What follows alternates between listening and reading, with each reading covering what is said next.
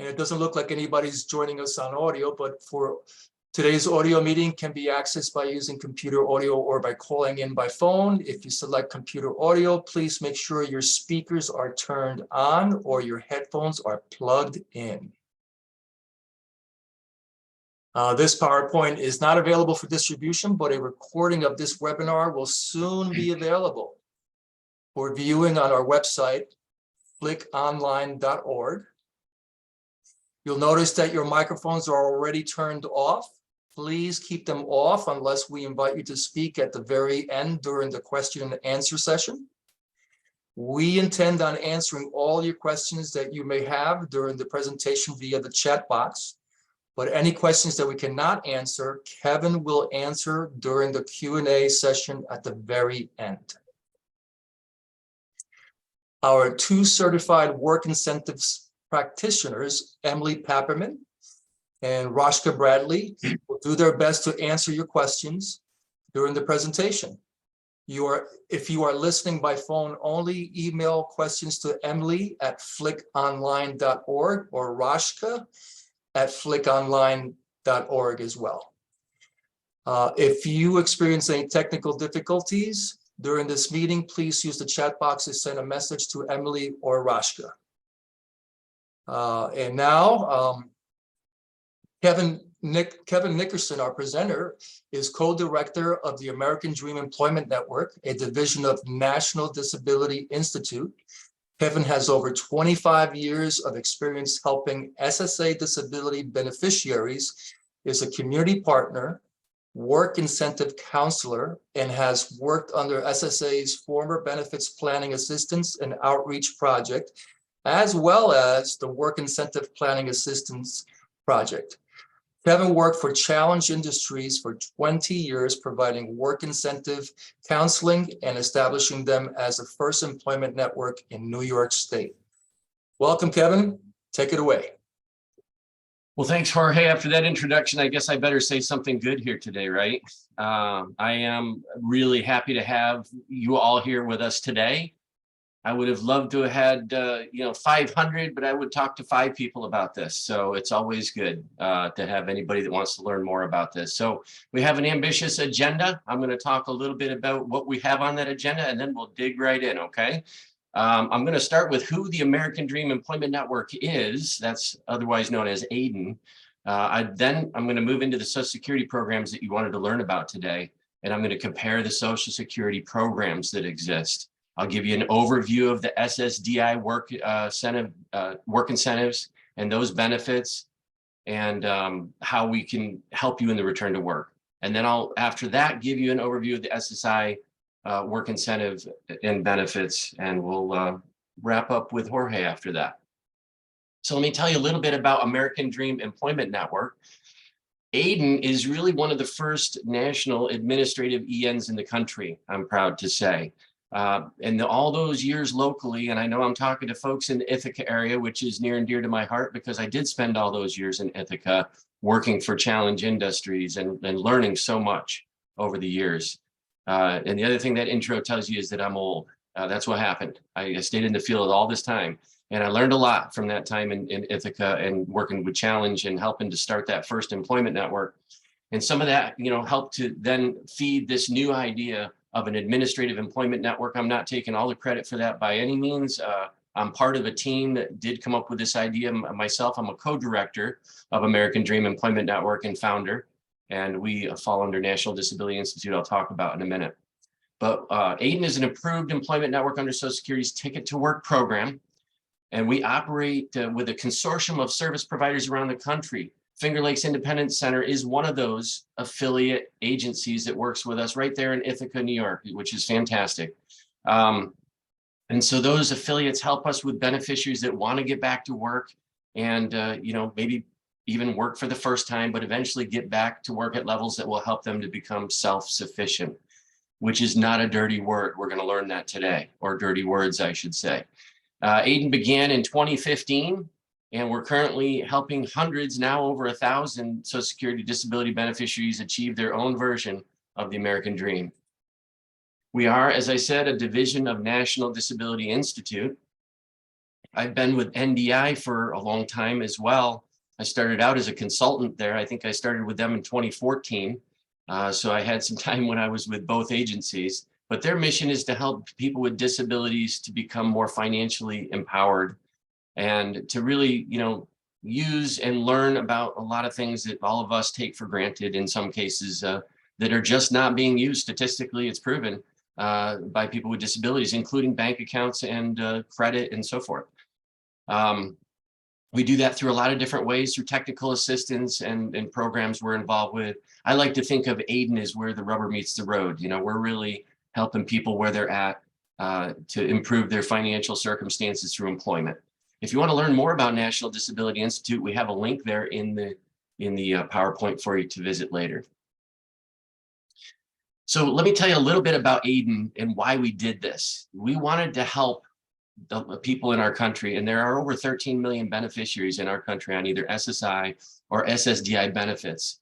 And these folks then would be considered ticket holders that can take advantage of this program. Unfortunately, a good proportion of those people that are getting benefits are living in poverty. I can't say all of them according to the standards of what the government calls poverty today, because some people that get SSDI, as you're going to learn today, get a pretty decent check based on their work history. So it really depends. But for the most part, a lot of these folks are living in poverty. We want to change that. We don't want people living in poverty. Over the years, since we opened our doors here at ADEN, we've served over 1,800 ticket holders. I'm sure it's over 2,000 now, to be honest with you. Not that we have that many assigned today. I'll go over some stats later with you. But people come and go sometimes and or have successfully left the program. And those people have chosen to have ADEN help them in their employment goals. Many beneficiaries out there are not aware of the Ticket to Work program. I'm going to give you some details on that today. And they might have limited options, or they might know about it, but they might have limited options of employment networks that they can access in their area. ADEN is available in all states, even though we might not have a presence in every state. We can offer virtual services to people no matter where you're located in the country. Evidence shows if you have support in obtaining employment and ongoing support while you're employed, you're more likely to succeed, right? That's probably not going to be contested by anybody, right? I've never met anybody that had more help and did worse in life. So that's what we're here to do, is just give a hand with some of these things. Disability benefits are certainly complex. You'll find that out today. I'm going to cover just the highlights of benefits. But ADEN thankfully has over 70 certified work incentive practitioners. That's people who have really dedicated to the study of these policies that help people return to work. You're going to meet two of these folks later at the end of the presentation within our network to help you if you decide to join us in understanding your benefits and work incentives that are available to help you get back to work. So now I'm going to dig in and I'm going to talk about these Social Security programs. And really there's two primary programs I want to talk about today that most people are involved with. It's either going to be Social Security Disability Insurance, otherwise known as SSDI, or found under Title II of the Social Security Act. That also includes retirement, survivors, and SSDI benefits. And then there's going to be SSI, or Supplemental Security Income, that falls under Title 16 of the Social Security Act. That's for people who are aged, blind, or disabled. Now, I'm going to see if I can get my little pointer out here. That might help with this. Give me a second. There we go. I think that'll work. So the next line here, it says you must have insured status. This has to do with SSDI. This is the SSDI column I'm looking at. People that get this benefit have what Social Security calls insured status, and it's based on work history and taxes paid. So it is what it says. It's an insurance program that you paid for. You paid for it through your work history. SSI, on the other hand, is for people who do not have that work history. Maybe they had a disability early on in life that didn't allow them to get that work history. So this program, by the way, came along much later than disability. Disability, I think, came around a little after World War II. And SSI came about in the early 70s when they figured out that, hey, this is a good program, SSDI, but what if somebody doesn't have that work history? That's not really fair to those people who just didn't get that chance to develop that. And out of that came the SSI program. For SSDI, there are benefits to family members.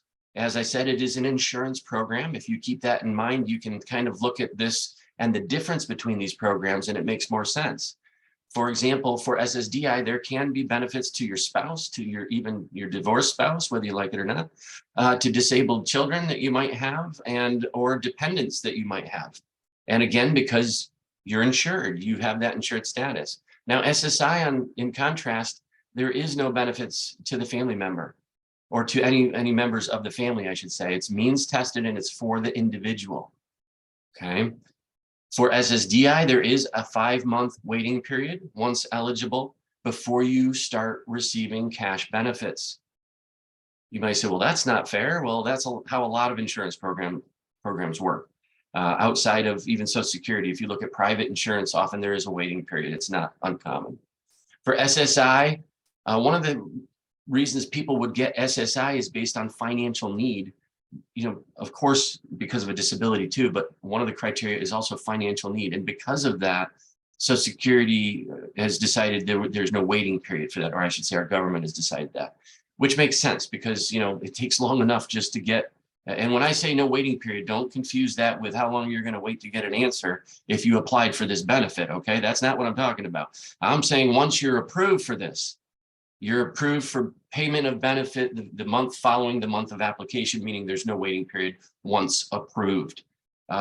Because people do have financial need, they're going to need this as soon as possible. And trust me, the time it takes to get a decision after you apply is a long enough waiting period.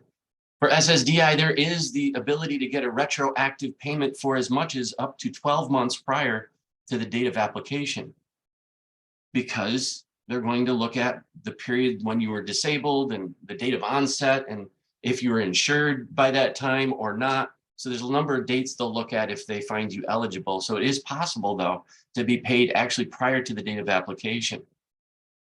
For SSI, you're only going to be paid as of the first day of the month following the month of application, as I mentioned. Okay.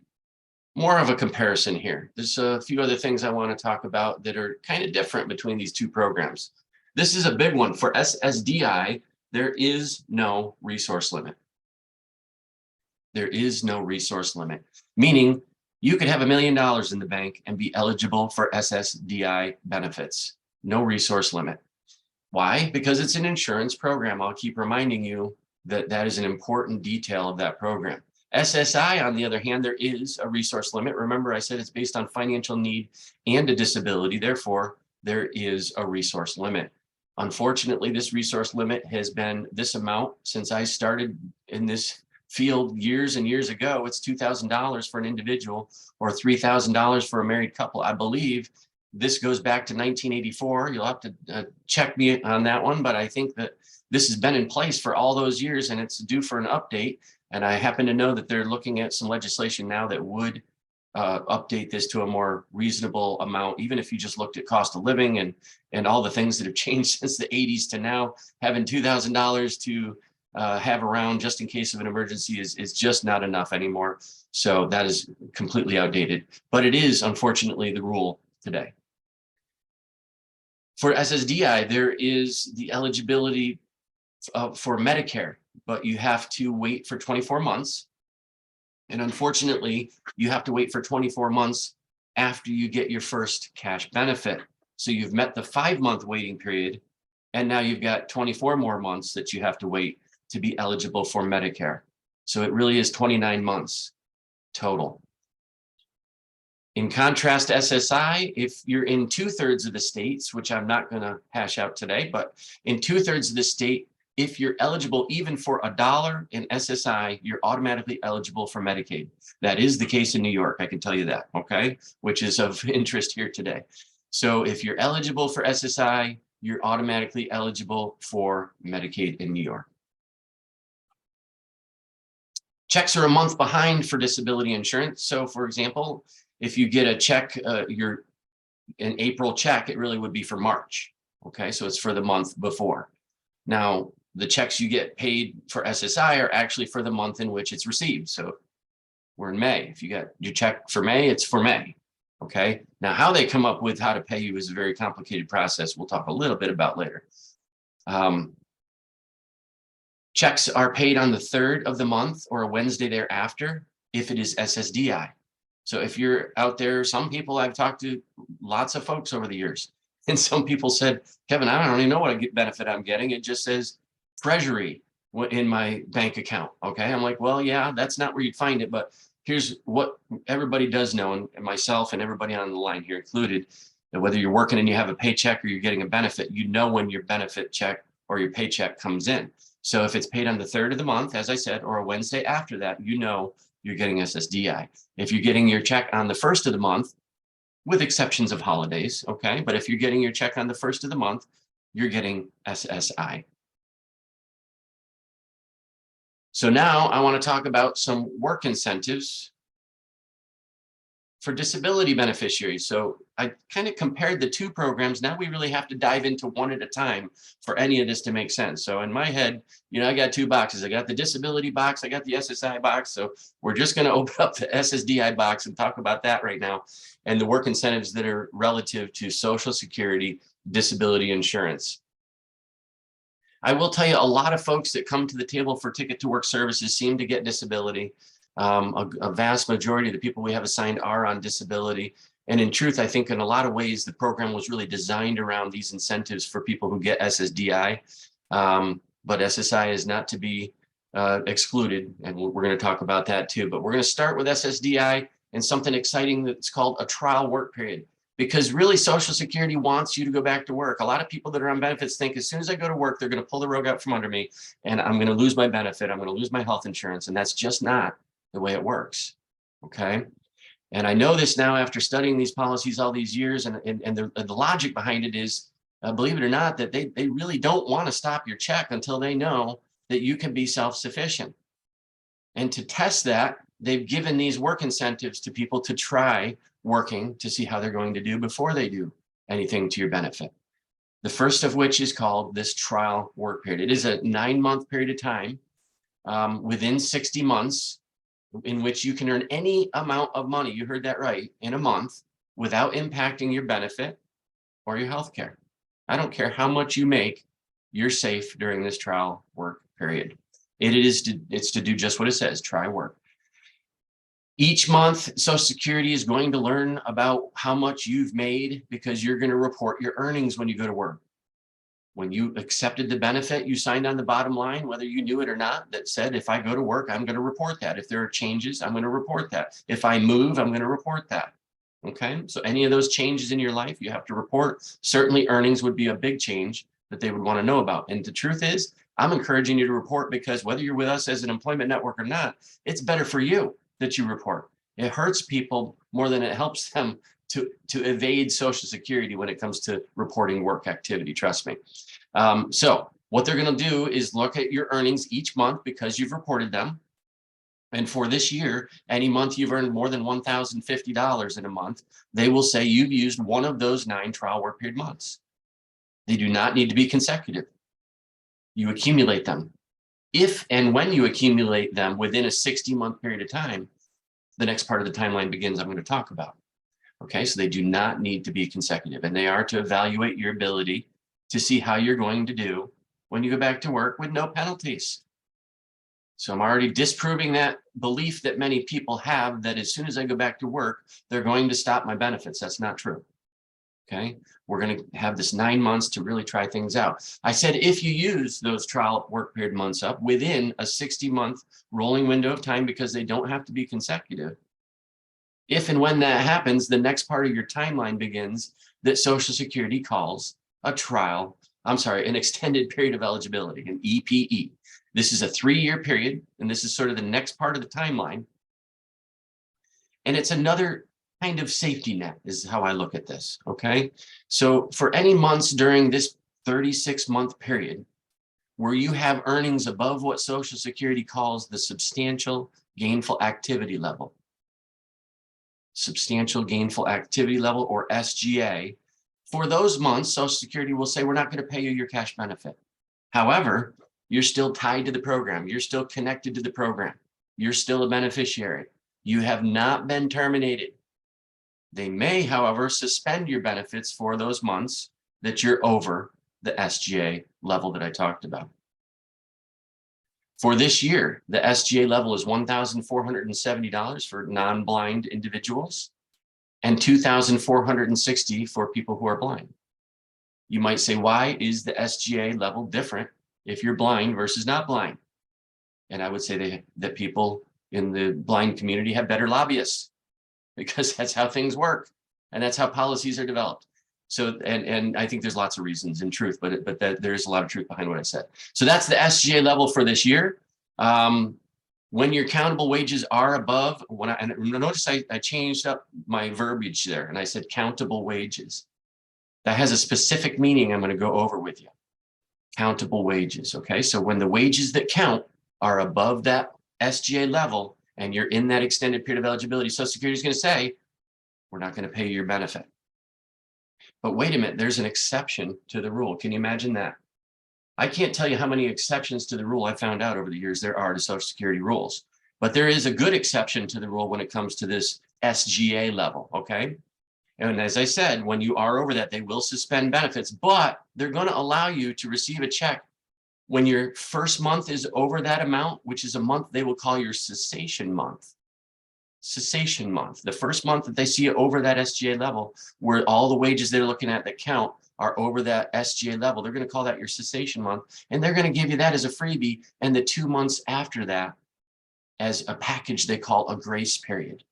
So that 3-month period is a grace period, meaning just what it says. It's a grace period before we suspend your benefits. We're kind of giving you another freebie. You had the 9 months, you get 3 more months, even after that trial work period is over, that they call a grace period. And then after that, Social Security will go ahead and suspend benefits. So let's talk about that a little more. That grace period is established once Social Security sees that a pattern of earnings over SGA, or the substantial gainful activity amount that I talked about. That pattern of earnings may start in the trial work period. And they sort of see that you've been earning that much as you move right into that trial, or I'm sorry, extended period of eligibility. And if they have seen that pattern, they're going to make that first month in the EPE your cessation month. And the 2 months after that, they'll give you as your grace period. After that, however, is over, that's when benefits should be suspended. Okay. Now, if earnings fall below the SGA level again, while you're in that 36-month extended period of eligibility, guess what? You get your benefit back. You don't have to reapply because you've never been terminated. All they did was suspend your benefits. As I said, you're still connected to the program as a beneficiary, okay? So they would simply reinstate your cash benefits. So what's the purpose of all this? It's to do what I said to begin with, to test your ability to work without cutting you off from the program. Because that's absolutely not what Social Security wants to do. It takes too much time, effort, and energy for everybody involved to process a claim and to approve a claim and get people benefits that need benefits. So they don't want to cut people off until they know, okay, you're working at levels that you can sustain yourself. And we have all this time to sort that out. Okay, so definitely not going to have that rug pulled out from under you. We're going to have a period of time when we know what's going to happen.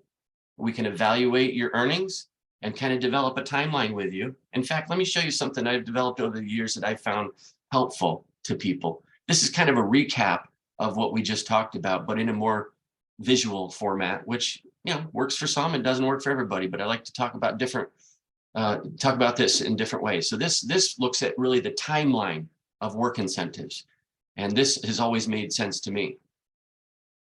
Now, when people come to us, they may have used some of these work incentives. You might be thinking, well, what do I do? How do I know if I've used some of these?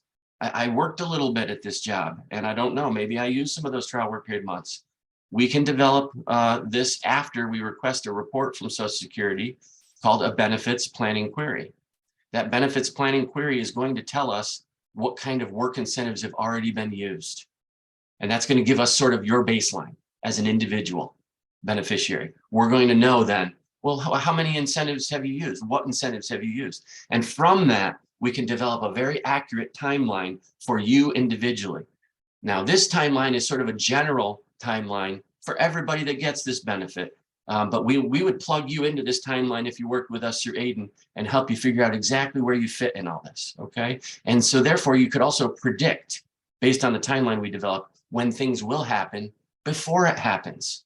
Isn't that great? So it takes a lot of fear out of the equation when we can predict this is when things are going to change. Maybe not when you thought, because you have all these incentives. So let's cover this again. Trial work period, 9 months where you can earn any amount of money. They count months that you earn over $1,050 in gross wages as a trial work period month for 2023. This goes up a little bit each year with the cost of living. There's these figures that I'm talking about are adjusted up a little bit each year. So 1,050 this year is what it takes to count as one of those months. So my advice to you, if you're out there and you're on disability, don't earn $1,051. That's not a good use of your trial work period months. Earn a lot, see how you're going to do. Try things out, take advantage of the incentive. After you've used 9 of those months within a 60-month rolling window of time, Social Security starts the next part of your timeline automatically, whether you're working or not, called the extended period of eligibility. The first month of the extended period of eligibility begins the month after the last trial work period month has been used. And it will last for 3 years, whether you are working or not. So again, take advantage of these incentives, use them properly to your advantage. 36 months, 3 years, Social Security will look at your wages monthly. They're always looking at your wages monthly, but during this EPE, Social Security looks at countable wages. And I know I haven't defined that just yet, but I'm going to. They're going to look at countable wages. What counts of your earnings? Is it your gross amount? Maybe not. There might be some things that can be written off we're going to talk about. And what's left is what's countable to Social Security to make a decision as to whether you are gainfully employed. If you're gainfully employed in months that you're in the extended period of eligibility, for those months, Social Security will suspend your benefits, with the exception of the 3-month grace period that I defined. That's when you first start earning above that SGA level. The Social Security counts your wages above SGA. Whenever that pattern occurs, that first month is your cessation month. You get 2 months after that. They call that a grace period. It might be right as the extended period of eligibility starts. It might be somewhere in the middle of the extended period of eligibility, depending on your earnings. And not to confuse you, but it could even be after the extended period of eligibility if somebody was not gainfully employed during that period of time. But at some point, you will get that grace period, okay? After which, if you're still gainfully employed, Social Security will suspend your benefits if you're in that extended period of eligibility. Now, you see the arrow continues beyond that 36-month EPE, doesn't it? What happens after the end of that EPE period? Well, if you're gainfully employed still, okay, and Social Security counts earnings and looks at work incentives that I'll talk about, and their countable earnings are above SGA outside of that extended period of eligibility, then your benefit wouldn't be suspended, it would be terminated. And I know that sounds like a dirty word too, but you know, if you're planning this, it's not, it's exciting. We like to think of it here as graduation and moving back into self-sufficiency. So congratulations if you get terminated. I've helped many people over the years get terminated from benefits successfully, and they're much happier not dealing with Social Security, hopefully until they retire. So there you go. That's a kind of a short look at the work incentives for SSDI, but there are more incentives for people that get either SSI or SSDI that I'm going to talk about now. These are sort of add-on incentives is kind of how I like to look at it. Those are the basics. That's the basic work incentive package that I gave you for SSDI, but other things can happen. Life is not, you know, in a straight line, is it? Things are different for people with disabilities that work. In fact, often people with disabilities have expenses that other people don't have because of their return to work. As such, Social Security recognizes that and has come up with this incentive called an impairment-related work expense. Because you have a disability, because you might have some expenses that others don't have in the return to work, we're going to look at that and help you help that be quantified in terms of how it works for your benefits, and I'll explain. Now, IRWI can be used for people that get either SSI or SSDI. So I'm starting to move a little bit into the SSI world and continuing the path of the SSDI explanation here. It impacts these benefits differently. So I'm going to first kind of spell out SSDI and how it impacts people that get that. I already explained the logic of it, that you might have different expenses that people without disabilities don't have when they go to work, okay? So it allows those expenses to be valued and counted, and not counted, I'm sorry, as income by Social Security. So what has to be in existence for this to work for you? Basically, the expense has to be related to enabling you to work, the first rule. So it allows you to work. It's also related to what Social Security says, a medically determinable condition. Does it have to be the original condition that you were receiving benefits for? Not necessarily, but a medically determinable condition. It could be some other contributing condition. But it does have to be tied to a medical condition or disability that you have. Next, it has to be paid for out of your pocket. Okay, so if you have a charitable donor that has helped you with something, that wouldn't count. You didn't pay for it. Okay, so it has to be paid for out of your pocket. Generally, the expense has to be paid for in the month the person is working. I say generally because there are some very expensive work incentives or work expenses that people would pay, like, for example, maybe they had to modify a vehicle to go to work. That could be an IRWI, and it's so expensive, you wouldn't pay for that in 1 month. You've been paying for that for probably the last year or more. And they can go back up to 12 months for very expensive items like that. Last but not least, the expense must be reasonable. I'll give you my silly example. If you need a cane, okay, that's definitely an IRWI. And if you went out and bought a cane and that your doctor prescribed, that's great. But if you had it gold plated, yes, it would look cool, but no, it wouldn't be reasonable. Okay, so that's kind of how I look at it in terms of it has to be reasonable. Let me just show you a little bit of how the numbers would work for you. Here's where it gets a little trickier, but in short, an IRWI is really used, at least for somebody on SSDI, to reduce the amount of wages that Social Security looks at that you've earned.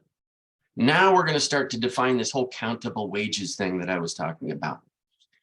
So your gross wages minus work incentives that are approved equals countable wages. Okay.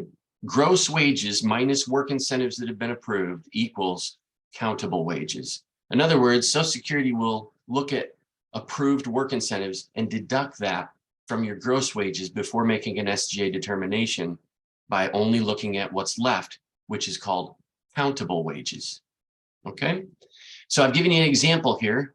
Joe, because I'm not great at coming up with names, is earning $1,550 gross per month and has $150 in allowable IRWI expenses. For today's purposes, I'm not going to try to get into what is allowable in an IRWI expense. That's a whole training we could do differently, that just looks at all kinds of different expenses. But we'll just say that it's approved, and Joe has $150 in IRWI expenses. So what would Social Security do? They would say, okay, well, Joe made $1,550 gross, but we're going to subtract $150 in allowable IRWI expenses. That leaves $1,400 in countable wages that we talked about. In 2023, the SGA level is $1,470 for Joe. He's not blind. So guess what? Even though his gross wages are over SGA, after work incentives, his countable wages are below SGA. What does that mean? This would allow him to continue the receipt of cash benefits. That's what it means. Okay, so we would use a work incentive like this for somebody as a stepping stone to self-sufficiency. The purpose, to be honest, is not to keep people connected to cash benefits forever, but sometimes people move along in their career path and they make a little bit more. Maybe they make a little bit more than SGA, like Joe did, and it's not worth losing his benefit over making a few bucks more than SGA. It's just, why would you want to lose $1,000, for example, disability check to make, in this case, what, $80 over SGA? That just doesn't make good sense, does it? So these are cases when we would use a work incentive like this to keep Joe in play for his cash benefits, and then hope that his continuation down his career path helps him to make enough money so that he's way over the SGA level and makes it worthwhile to lose his benefits completely. But until that time, we could use an incentive like IRWI. For SSI, what does it do? Well, it does something different. And I haven't really shown you the SSI side of the fence yet, and I'm going to, but for SSI, what it's going to do is allow that SSI recipient to recoup up to 1/2 of the expense that they paid for out of pocket in an increased SSI cash benefit. So it has financial implications in terms of how much you would receive in benefits based on that ERWI.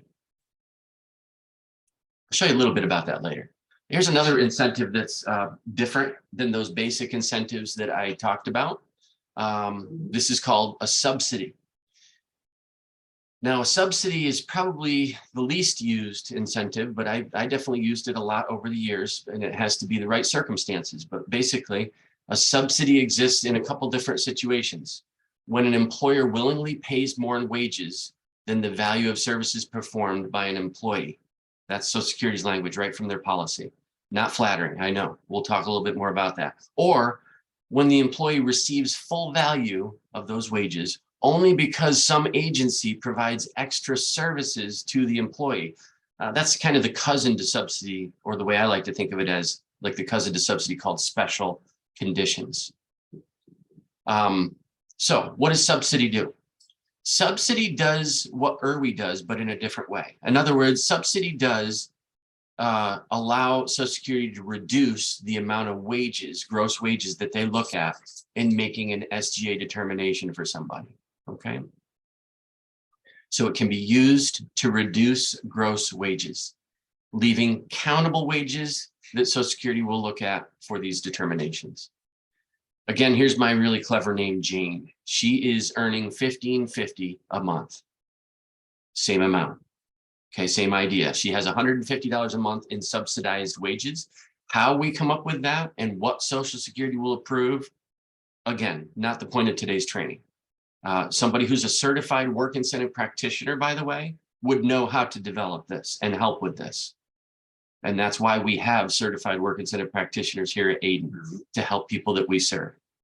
So in this case, Jane is earning $1,550 a month, and she has $150 a month in subsidized wages. So that $1,550 minus $150 in approved subsidized wages would leave $1,400 in countable wages. That $1,400 in countable wages, again, is below the SGA threshold for this year, which is $1,470. So what would that mean? It would mean Jane, even though she's over the SGA level, continues to get paid her benefits. Okay. And that language, that I said seems harsh. Really, here's the way I would look at it, folks. This might be something that's a scenario like this. The employer is doing something for somebody with a disability that they're not doing for somebody else. Maybe they're accommodating them, right? You've heard of that. That sounds a little friendlier. And that very well could be, a sign that there might be subsidized wages in place. When would we use this? Same idea. Only if the person is slightly over the SGA level, and it wouldn't make sense for them to lose their benefits if they're making just a few bucks over SGA. Well, we can look at a work incentive like that to keep them in play for cash benefits until such time that they can earn enough money to make it worthwhile to leave their benefits behind. So again, this is kind of a bridge to self-sufficiency. This, by the way, can only be used for SSDI beneficiaries. Only can be used for SSDI beneficiaries. So there's subsidy. I want to talk a little bit about another incentive that came out of some very important legislation that was signed back in December of 1999 called the Ticket to Work and Work Incentives Improvement Act. Well, certainly they gave us the Ticket to Work program, but it gave us some improved work incentives, and this was one of them. And I'll talk about Ticket in a little bit. An expedited reinstatement of benefits. If you thought all the things that I just shared with you wasn't enough to convince you that you can try working without the rug being pulled out from under you, well, this just tops all of that, I think. So an expedited reinstatement of benefit allows beneficiaries who are terminated to get their benefits reinstated. I didn't say suspended. Now this is somebody who's been terminated completely from the benefits rolls. If you're out there and you went through the process of getting benefits and you went through the application process, and for what it's worth, folks, back when I started, I helped many people actually successfully get benefits. And it's, I love being on this side of the fence where I help people get off benefits, but I know what a process it is to go through to get approved for Social Security benefits and why it can be so scary to go back to work. But with these incentives in play, you really just have, there's never been a better time to try working if that's what you want to do. So who's eligible for this EXR? Well, people who have worked and they get terminated, okay? And benefits can be reinstated without a new application for either SSDI or SSI folks who stop receiving benefits because of earnings from work, okay? So at some point your earnings were enough that Social Security said, we're terminating you, okay? And then what happens is you're unable to continue to work gainfully. So in other words, you went to work, you were gainfully employed, you eventually got terminated, and then because of your condition, you had to stop working and no longer be gainfully employed, and now you don't have your benefit. And you're wondering to yourself, did I do the right thing? Well, you did, because we have this to lean on if we need it. And you still have a disability, right, that would qualify. And it can be the same impairment that you were eligible for when you first applied or related to that impairment, in fact. And we have 5 years to request an expedited reinstatement of benefits after you're terminated. 5 years after termination. You start to put this picture together, right? You got 9 months, then you got 36 months after that. Then even if everything goes super and you get terminated, because I think that would be super, right? If you get terminated, that means you're working so much that you're way over the SGA level and they terminate you. From that point of termination, you have another 5 years where we can use this really backdoor to Social Security to get you back on the benefits rolls. Here's another thing that just blows my mind with this incentive. While Social Security is looking at your EXR application, they can pay you what they call provisional benefits for up to 6 months while they're making a decision as to whether you're still disabled under their rules. So you're going to immediately go back into pay based at the level of payment you were at before while they're deciding. They haven't even decided if you're continuing to be eligible. And by the way, the disability standard that they use is called an disability improvement standard, meaning you have significantly improved based on when you first applied for benefits. And most people that are using EXR haven't improved, they've gotten worse. My point is it'll be easier for you to meet the criteria to get EXR than it was to get the original application for benefits approved. Okay, so now we've got a backdoor to Social Security 5 years after termination that you could use to get back on benefits if you need it. I didn't talk about Medicare, and that's always something that says, but Kevin, I like all this, but I'm going to lose my health care. Well, not true. In fact, if you're a disability beneficiary and you've met all the waiting period, right, and you're now getting your Medicare, I can tell you this, and there's a lot of caveats to this, but I can tell you that once you're beyond that trial work period, you're going to continue to get your Medicare for a minimum of 93 months after your trial work period is over. So after that 9-month period is over, you're going to continue to get your Medicare for a minimum of 93 months. And during that period of time, your Part A continues to be cost-free. You would still have to pay for Part B, okay? This year, it's $164.90 a month for most people. That's the Part B premium. And if you don't have a check anymore, right, because you got terminated or something, or you're in suspension, then you'd have to pay for that out of pocket quarterly. So we advise people strongly to plan for that financially. Now, that might sound expensive and like, how am I going to do that? But trust me, if you're in that position, you're making a lot more than you were getting on benefits. While you're on benefits, they're taking that premium out of your cash benefit. So in short, that means Social Security disability and insurance beneficiaries that go to work can keep Medicare insurance for at least 102 months. That's the 9 months plus the 93. Okay. So it's not like this is going to sneak up on us. That's like 8+ years, right? Something like that, pushing 9 years. So we know this is coming. And you might say, well, what am I going to do when it does come? Well, hopefully by that time you have employer-sponsored healthcare. That's what we're looking for, is to help move people along a career path that will help them to have a much better option than Medicare. I put a little link here if you want more about the Medicare premiums, but that's something called extended Medicare eligibility, and something important to people who go to work. I know I've talked about a lot of things that probably, you got some base level of information about it now, some knowledge about it, but you're still saying, I don't get this or I don't get that. And that's okay, because you aren't alone in this process. We're here to help you. We understand that these benefits can be complex. This is why at ADEN, we've made it a priority to make sure we have certified work incentive practitioners at each of our member sites, including at Finger Lakes Independence Center. These CWIPs, as we call them, can provide you a thorough understanding of your benefits, not just the high level stuff that I went over today, but really what's going on with you. And we can help to establish a roadmap, and that really will take away some of that fear, because most times I think the folks don't want to do this because they don't know what's coming next, because they don't understand these policies. And I don't blame you, because normal people don't understand these policies, frankly. Okay.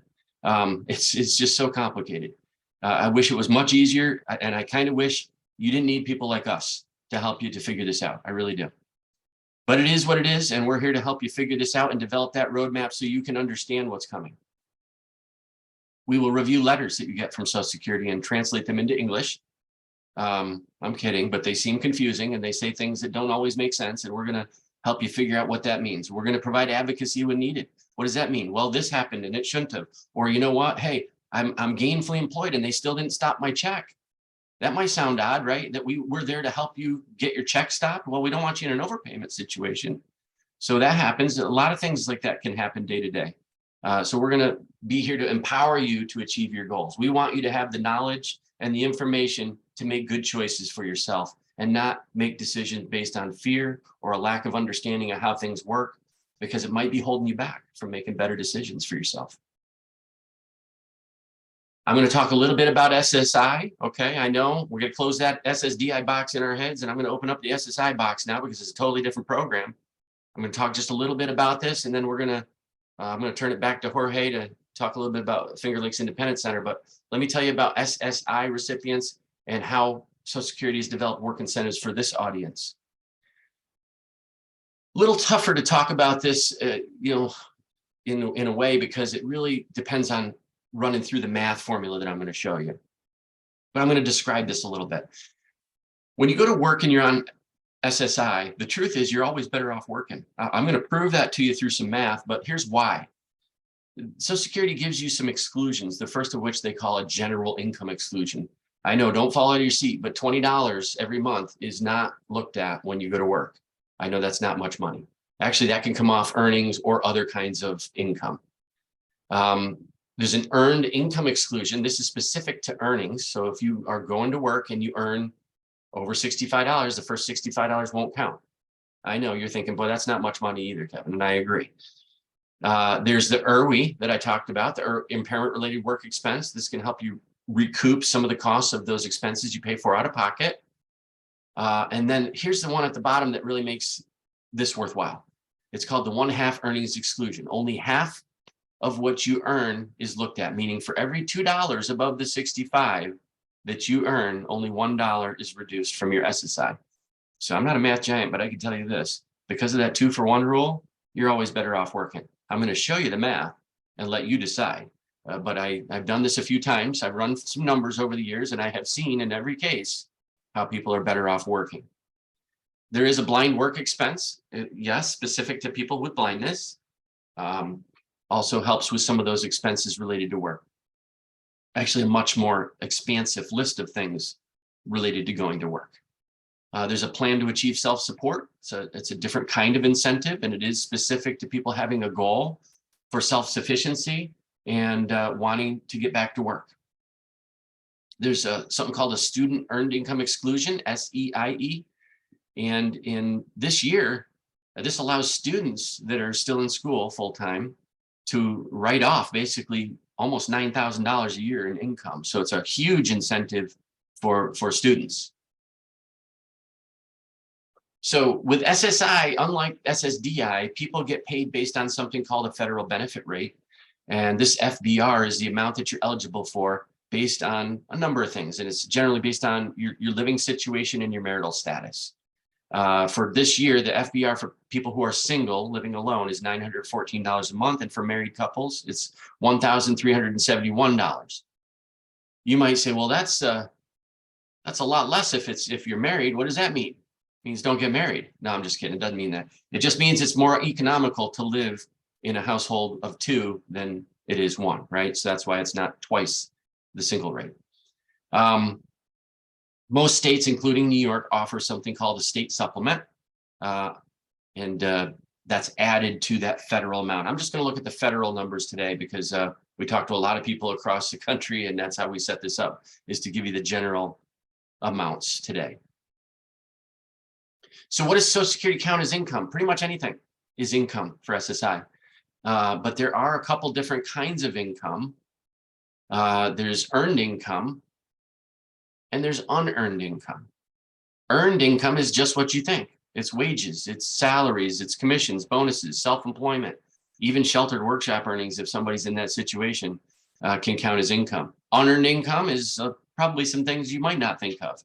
It could be somebody gets an SSDI check and SSI. So SSDI would be counted as unearned income. It could be that you're getting unemployment insurance because you did work and you had to stop and now you're getting unemployment insurance. It could be workers' comp. It could be lots of things. That's unearned income. Now, earnings count in the month the paycheck is dated for people to get SSI. So based on the date of your paycheck, that's when Social Security is going to count those wages if you're working. Okay. It's a little different for SSDI. For SSI, it's based on the date of the paycheck. I talked about resources, so I won't belabor this, but for resources, Social Security does look at whether you're over that general resource limit that we talked about. For people who are single, it's $2,000. For married couples, it's $3,000. Oh, I was wrong. That's 89. I think I said 84. It was established in 1989. That's still a long time ago. Needs a little updating, right? So that's the resource limit. So how do they know how much do you have? Well, again, when you signed on for benefits, you gave them access to your bank account. And that's what they look at primarily, based on my experience, is they look at your bank account to see how much do you have in there. And I'll tell you something else. If your name is attached to it, even if it's attached to your name and somebody else's name, it's your money. I don't care if you say, well, that's really my mom's account. No, if your name's on it, it's your account, even if it's a shared account. So keep that in mind. I've seen that get people in trouble. If you're wondering, what do I do about this when I go to work? I'm going to be making a lot more money. How do I not save money in a bank account over that resource limit? Well, let me first say there's income and there's resources.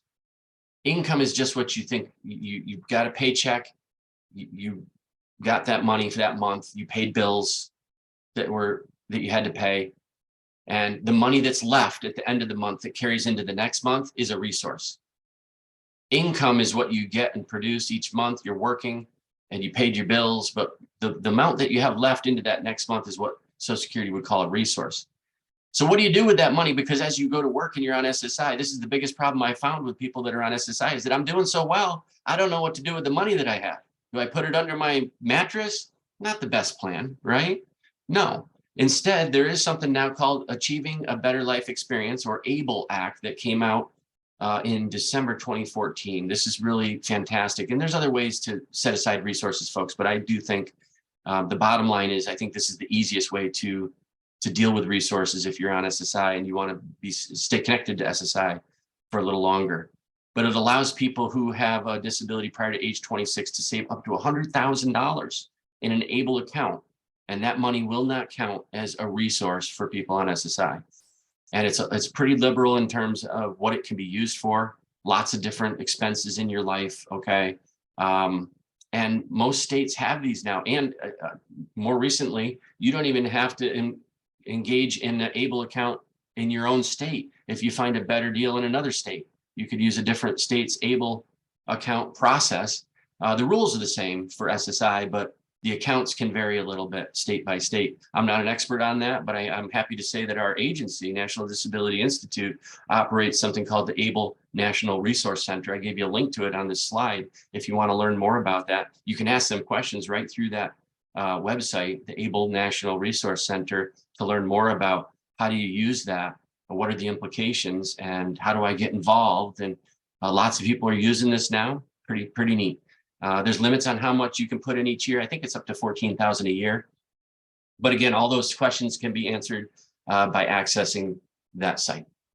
Let's look at some of the formulas. I told you really this benefit makes more sense when I show you the mathematical formula behind all these work incentives. So I gave you an example. Let me see if I get my pointer out successfully here. And I will walk you through this. There we go. Okay.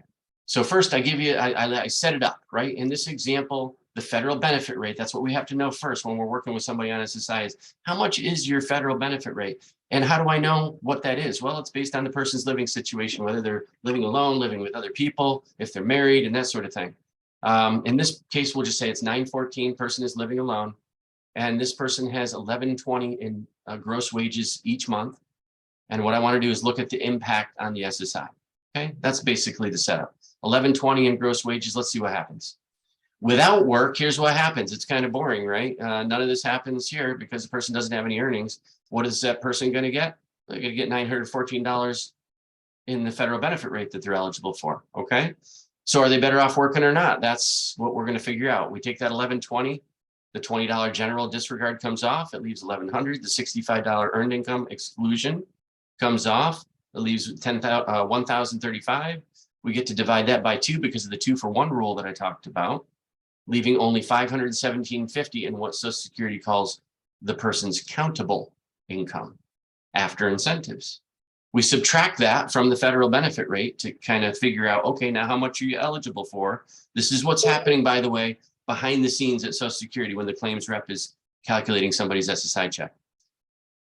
Except they have nice formulas and programs to do all this. But so the adjusted SSI would be 396. Now, if I stop there, a lot of people would say, but Kevin, that's less than 914. I'm not better off. I just saw my SSI go down because I went to work. Why am I better off? Well, because you still get that earnings, right?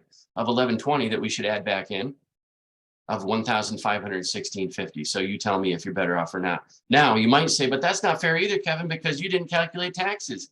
Yeah, there will be a small amount that comes out in taxes. And at the end of the year, at that level of income, I'm not a tax expert, but I can tell you, you're going to get not only all that back or most of that back, you're probably going to be eligible for a credit because you did work. So, and you know what else those taxes are doing that I didn't talk about? They're giving you insured status so that someday you will have retirement. Someday you could get disability insurance if you need it before retirement.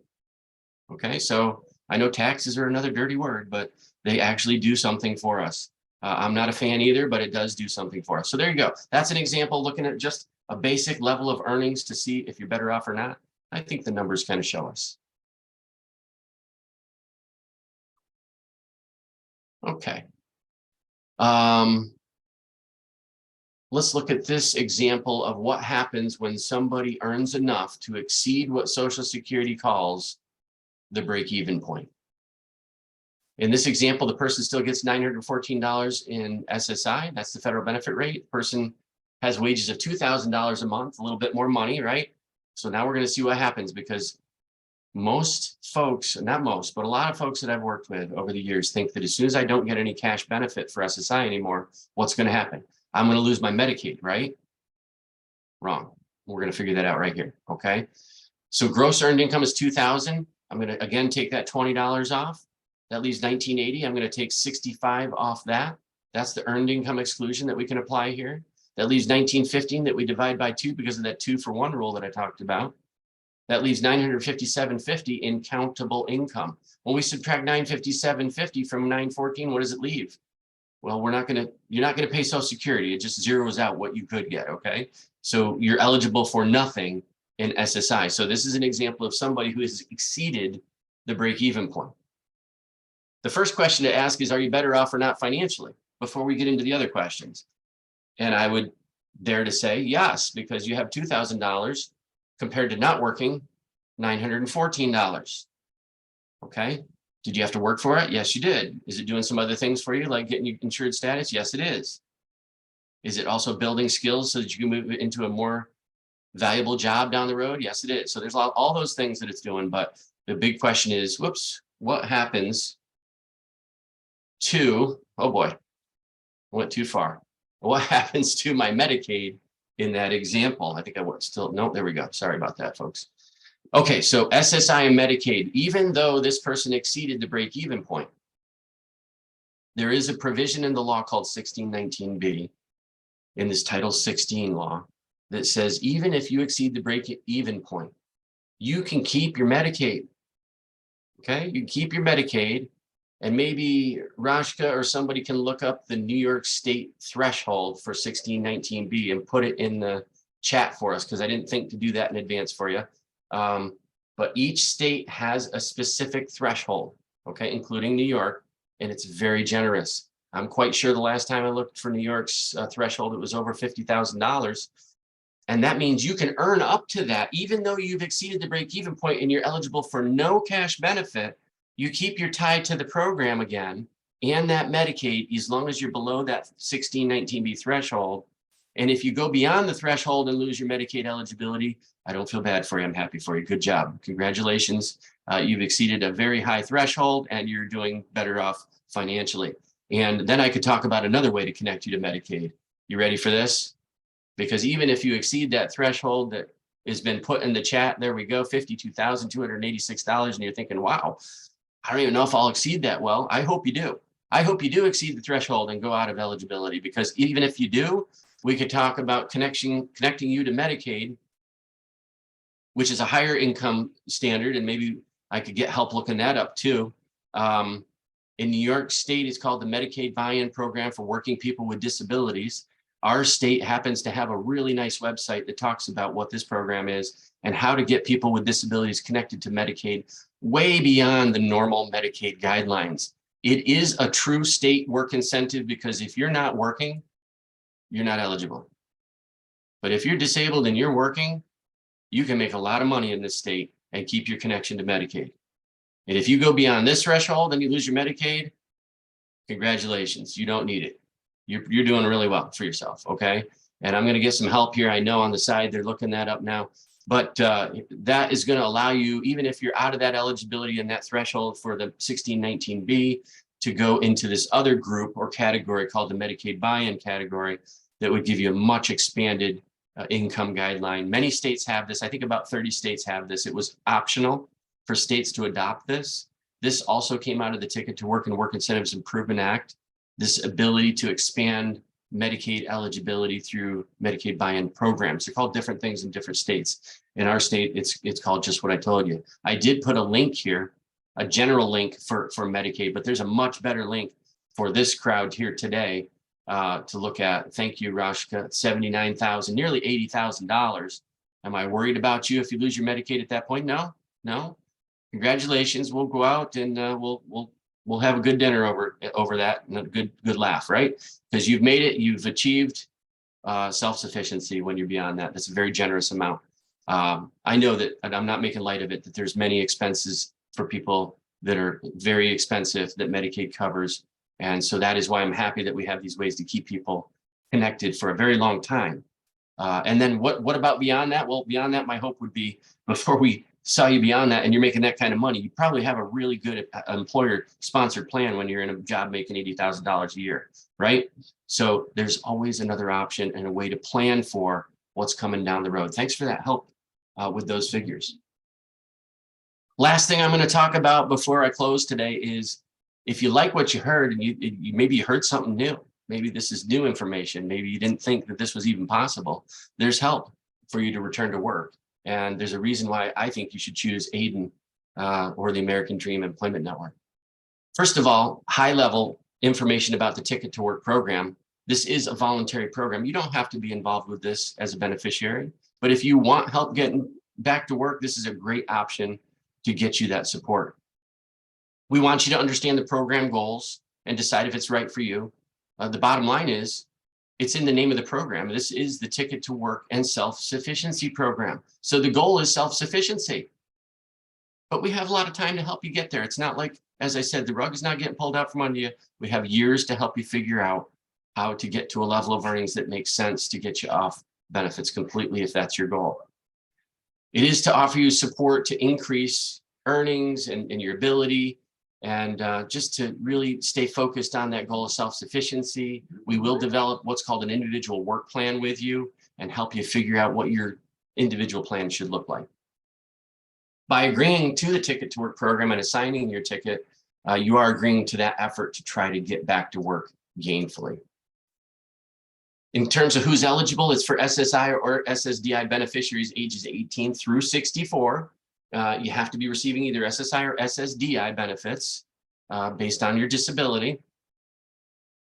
And there's lots of advantages. I think the biggest advantage is you get a connection to the resources and the staff that understand how all this works and that have helped people get back to work before with disabilities. But beyond that, Social Security also offers you protection from continuing disability reviews, medical continuing disability reviews, as long as you're making progress in the program.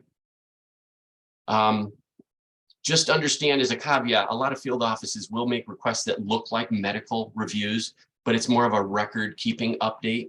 You'll know if you've been asked to be looked at for a medical review because it's quite a process. If it's just a page or two, it's not. But some of those requests might look like a medical request. But if you're working with us, we'll help you monitor that and make sure they're not asking for something they shouldn't from you. So definitely always respond to requests from your local field office is my point. But when in doubt, you're assigned with us through the ticket program, you would talk with your point of contact here at ADEN. And ADEN stands for American Dream Employment Network. In terms of services we offer benefits planning services. And that's to give you accurate advice about your benefits and the return to work process and to help you make some decisions for yourself that make sense, right? And to kind of spell out that timeline so it's not a surprise. It's a planned event. I always tell our advisors here, if we're doing our job right, when people lose their benefits, it's not a surprise. It's a planned event. Nobody's surprised by it. That fear is gone and that anxiety because it was your plan to get off benefits on your timing. That is not actually offered by every EN, the benefits planning service, but it is here at ADEN. We do offer career counseling to help you figure out a path that makes sense to you, maybe based on what you did and you can't do, and look at your transferable skills. We will help with the job placement, and that means a lot of different things, getting you connected to the right job banks and helping to make sure you're ready for that interview and know what to say, what not to say, application assistance, that kind of stuff. And then we will help with some financial wellness goals. We don't have to, but if you have financial goals and you want us to help you focus on that, we can often send you to a referral source that can give you assistance with some of those financial goals. Sometimes people want to own a home and they're a first-time home buyer, or they want to build their credit because they had problems with their credit. And then the last thing we offer is long-term employment support. So we don't go away after you get your job. We stick with you for years after you're employed to make sure everything is going smoothly, okay? We'll be behind the scenes. People won't know we're working with you. We're kind of an invisible advocate behind the scenes for you, and we're going to be there for you as needed. A couple more slides, and I'm going to turn this over, but I wanted to share, I'm very proud of our 2022 outcomes here at American Dream Employment Network. We had, at the end of the year, 1,164 ticket holders assigned, otherwise known as participants here. Because it really is a participatory process. 66% of our participants were employed, which for an employment network is an exceptional statistic. We think Social Security is pretty much happy at 50%, so we're far exceeding that. Our average hourly wage of participants was $28.72 last year. Average hours worked by participants was 32 hours a week. And our top industries that we help people reconnect with was healthcare, customer service and retail, and administrative work. Now, if you're thinking, that sounds great, Kevin, I don't know if I could do it. I want you to look at some of these success stories, because I can guarantee you these folks that we've developed these success stories for probably thought the same thing. I don't know if I can do that. And a lot of them have told us that. I don't know if I could have done that without a little bit of support. And like I said before, I've never met somebody that's done worse with more support, right? So why not reach out? This is a free support to you. If you're thinking about returning to work, we want to help you. We want to make sure that you've got the support you have and should have in your corner around the benefits and these complex systems that you're facing. So I understand the fear, but today there's help. And with that, I want Jorge to talk a little bit more about that, and I'll hand it back to you, Jorge. Sure. So I just want to introduce our certified work incentives practitioners, otherwise known as benefits advisors, and they're right here with us. We have Emily Papperman, and Rashki Bradley. And they are the ones that I turn to when I can't answer any questions. And next slide, please.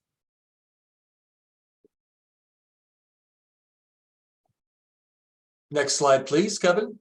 Thank you. Yeah, so if you're interested to sign up, you could always give me a call or email me, and we could figure out if the Ticket to Work program is right for you. If you choose to work with ADEN, you and I will sit together and work on individualized work plan.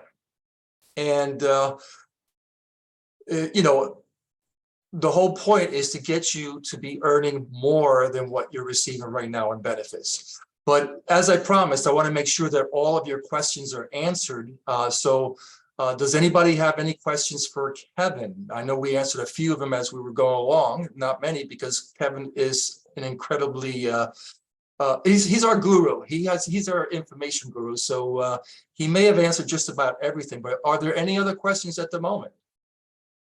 And you can unmute your mic if you have any questions. Make it easier for you.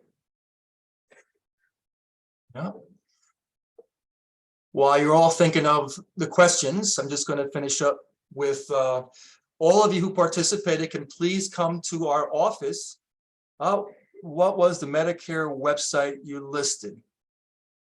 I can actually get you the New York State website that is for the Medicaid buy-in, if that is the one you're talking about, Heather.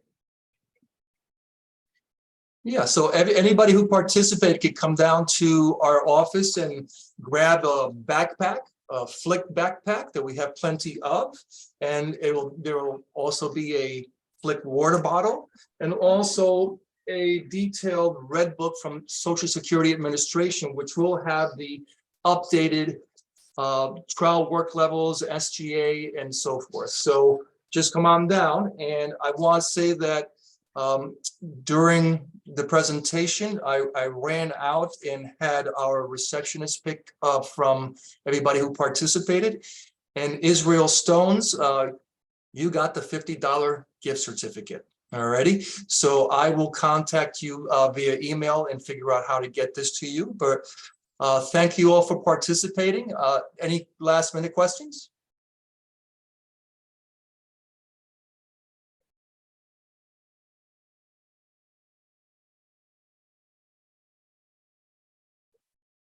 So it was the extended, okay, anybody got response for that? That slide, Heather, I think I did put a link on that slide, which will be available when Flick posts this. I can also grab a link. Animate. Thank you. She's looking. I know it was a lot of information. Israel and Charles, any last minute questions that you may have?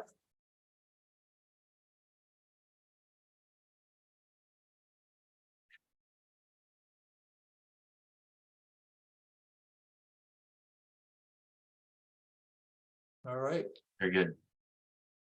Tracy, Emily, any last minute questions? Heather, I'm not sure if that's the same link, but it's Social Security's FAQ about the extended Medicare. I'm good, Jorge, All righty. unless anybody has any questions for me. Yeah, no, I was asking Emily Ashby if she had any questions. She's all good. Sorry. All right. Well, thank you all so much for attending. And if those of you who came from agencies, please refer some people who might be interested in this program. We'd be happy to help them. Thank you so much. Thank you. Thanks. Kevin, thank you. My pleasure. All righty. Take care, everybody.